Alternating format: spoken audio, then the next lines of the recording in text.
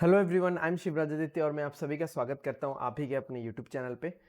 तो आज मैं लेकर के आया हूं, जैसा कि आप सभी ने थंबनेल में देख ही लिया होगा, कि हाउ मच टू स्टडी। वो क्वांट्स हो, इंग्लिश हो या फिर रीजनिंग हो, ठीक है, या मैथ्स बोल सकते हो आप क्वांट्स को। एनीवेज, सो आजकल जैसे कम्पिटिटिव एग्जाम्स हम सभी लोग देते हैं, ठीक है, वो गवर्नमेंट जॉब एग्जाम्स हो या फिर मैनेजमेंट एग्जाम्स हो। सो मेनली मैं फोकस करूंगा गवर्नमेंट जॉब एग्जाम्स पे, जैसे कि बैंकिंग, एसएससी, रेलवे एग्जाम्स हो गए, राइट। तो देखते हैं, ठीक है।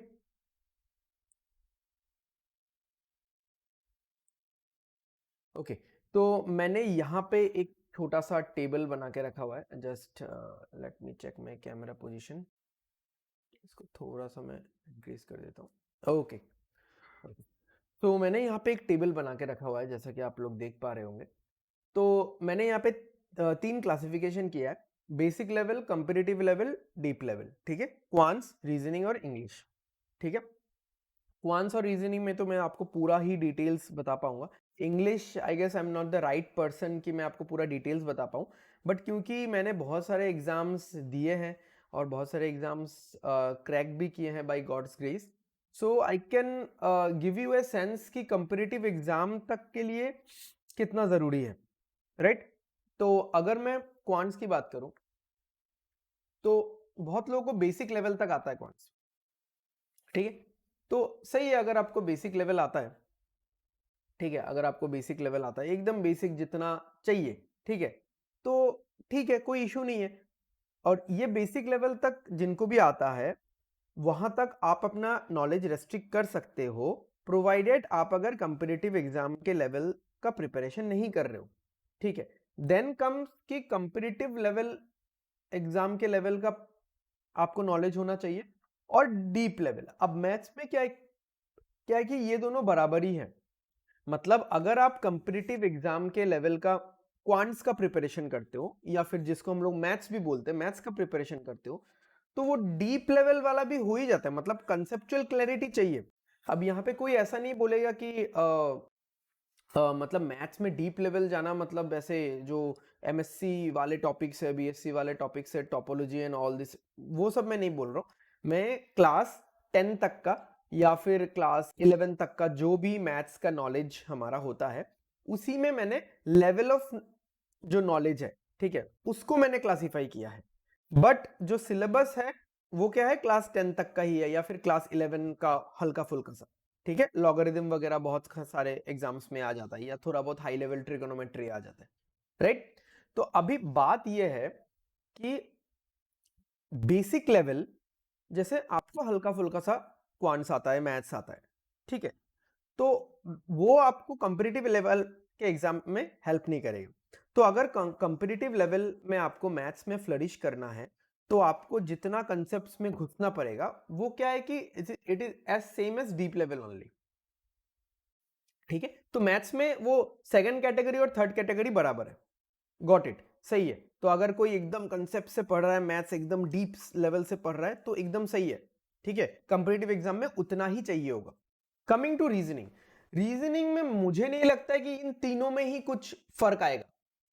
ये तीनों ही लाइक सेम ही है, बिकॉज रीजनिंग ऐसा एक चीज है कि जिसको एज ए सब्जेक्ट तो इंट्रोड्यूस नहीं किया जाता हमारे स्कूल लाइफ में, कि रीजनिंग करके कोई सब्जेक्ट है। Reasoning is something like general intelligence. तो जिसको अगर कोडिंग डिकोडिंग आता है, तो आता है मतलब उसको कोडिंग डिकोडिंग पूरा ही आता होगा, हर टाइप का क्वेश्चंस आता होगा, ठीक है। तो रीजनिंग पता होना मतलब वही रीजनिंग कंपेरेटिव एग्जाम के लिए ही सीखते हैं लोग, ठीक है। रैंडम मैंने हार्डली किसी को देखा है कि कोई reasoning, coding decoding, blood relation, ये सब के क्वेश्चन सॉल्व कर रहा है। अगर कोई एग्जाम देना है तो ही कोई इन सब चीजों को लेके बैठेगा, राइट। तो रीजनिंग में आप मान सकते हो कि ये तीनों ही एक ही चीज है, ठीक है। क्योंकि बेसिक लेवल करके कोई होता नहीं है, क्योंकि क्वांट्स में क्या है कि देखो, मैथ्स में बेसिक बहुत लोगों को पता होता है, क्योंकि मैथ्स स्कूल लाइफ में रहता है हमारे, ठीक है। तो बहुत लोगों को बेसिक पता होता है। रीजनिंग में ऐसा नहीं है। रीजनिंग आप सीख ही रहे हो, ये टारगेट माइंड में रख के कि आपको कंपेरेटिव एग्जाम में बैठना है, राइट। तो रीजनिंग में तो ये फंडा हो गया। ओके, नाउ तो अभी आपको क्या करना है, देखो, अगर आपको मैथ्स को कंपेरेटिव एग्जाम तक के लेवल का लेके जाना है, तो आपको टेंशन लेने की बात नहीं है। ठीक है, आपको थोड़ा सा डीप स्टडी करना ही पड़ेगा, क्योंकि deep study is equivalent competitive exam का स्टडी, राइट। रीजनिंग को अगर आपको अच्छा करना है तब तो आपको और भी चिंता करने की बात नहीं है, क्योंकि रीजनिंग में आपको नहीं लगेगा कि आप कुछ एक्स्ट्रा पढ़ रहे हो, क्योंकि आप जितना भी पढ़ोगे that will be for your competitive exam level only, ठीक है। अब मुझे जहां तक लगता है, ठीक है, ऑल्दो मैं इतना सब्जेक्ट नॉलेज नहीं है बट एग्जाम ओरिएंटेड नॉलेज मेरे पास है, मुझे जहां तक लगता है फंडा मेन घूम के आता है इंग्लिश पे। इंग्लिश में क्या है कि बेसिक कुछ लोगों को आता है, कंपेटिटिव एग्जाम का लेवल अलग है और डीप लेवल अलग है। मुझे ये चीज ऐसा लगता है, ये ग्रेटर देन ये deep level is greater than competitive वाला level which is greater than basic. बहुत लोगों को एकदम बेसिक सा इंग्लिश आता है, क्योंकि इंग्लिश भी हमारे स्कूल लाइफ में होता है। कंपेटिटिव लेवल में भी जैसे आपको आपको जो वोकेबुलरी डेवलपमेंट होता है वो चाहिए होगा, ग्रामर चाहिए होगा, ठीक है। वैसे ग्रामर में कंपेटिटिव लेवल या फिर डीप लेवल मेरे ख्याल से सेम ही होगा, क्योंकि ग्रामर मतलब थोड़े रूल्स और थोड़ा सा फील के साथ आता है, ठीक है, एक सेंस आना चाहिए आपको। तो जहां तक वोकेबुलरी की बात है, आपको उतना डीप डाउन वोकेबुलरी में नहीं जाना है, ठीक है, वोकेब में इतना नहीं जाना है।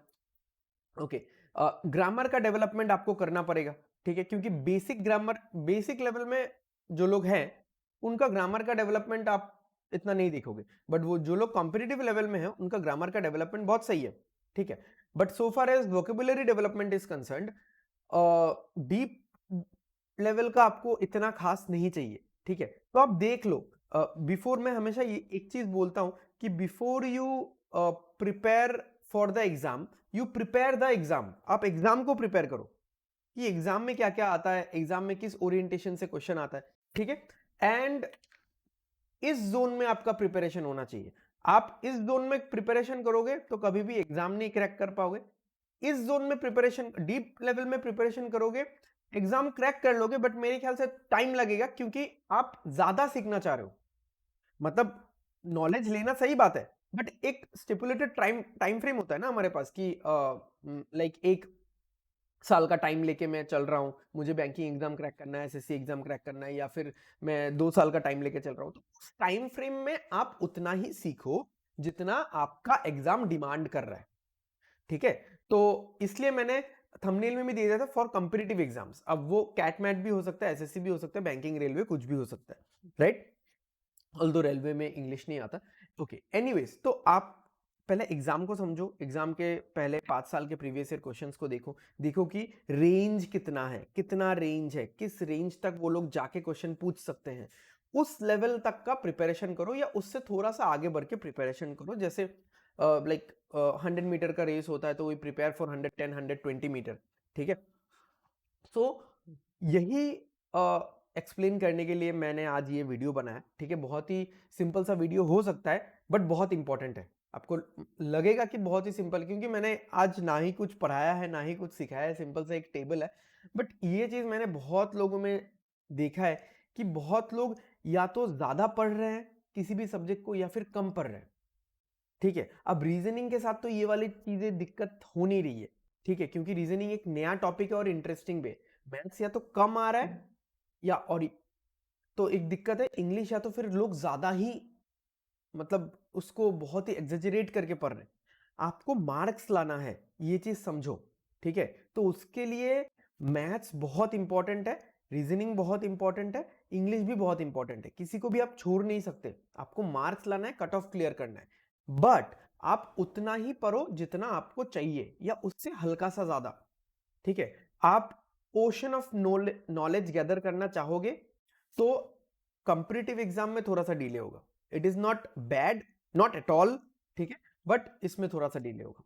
ओके, आई होप आपका सेशन, आज का जो सेशन है आपको पसंद आया होगा, कुछ भी बेनिफिशियल मिला है तो प्लीज लाइक और शेयर कर दीजिए और चैनल को सब्सक्राइब कर दीजिए, सो दैट आने वाले वीडियोस के नोटिफिकेशन मिलते रहे, ठीक है। Take care, bye bye, study well, study hard, signing of.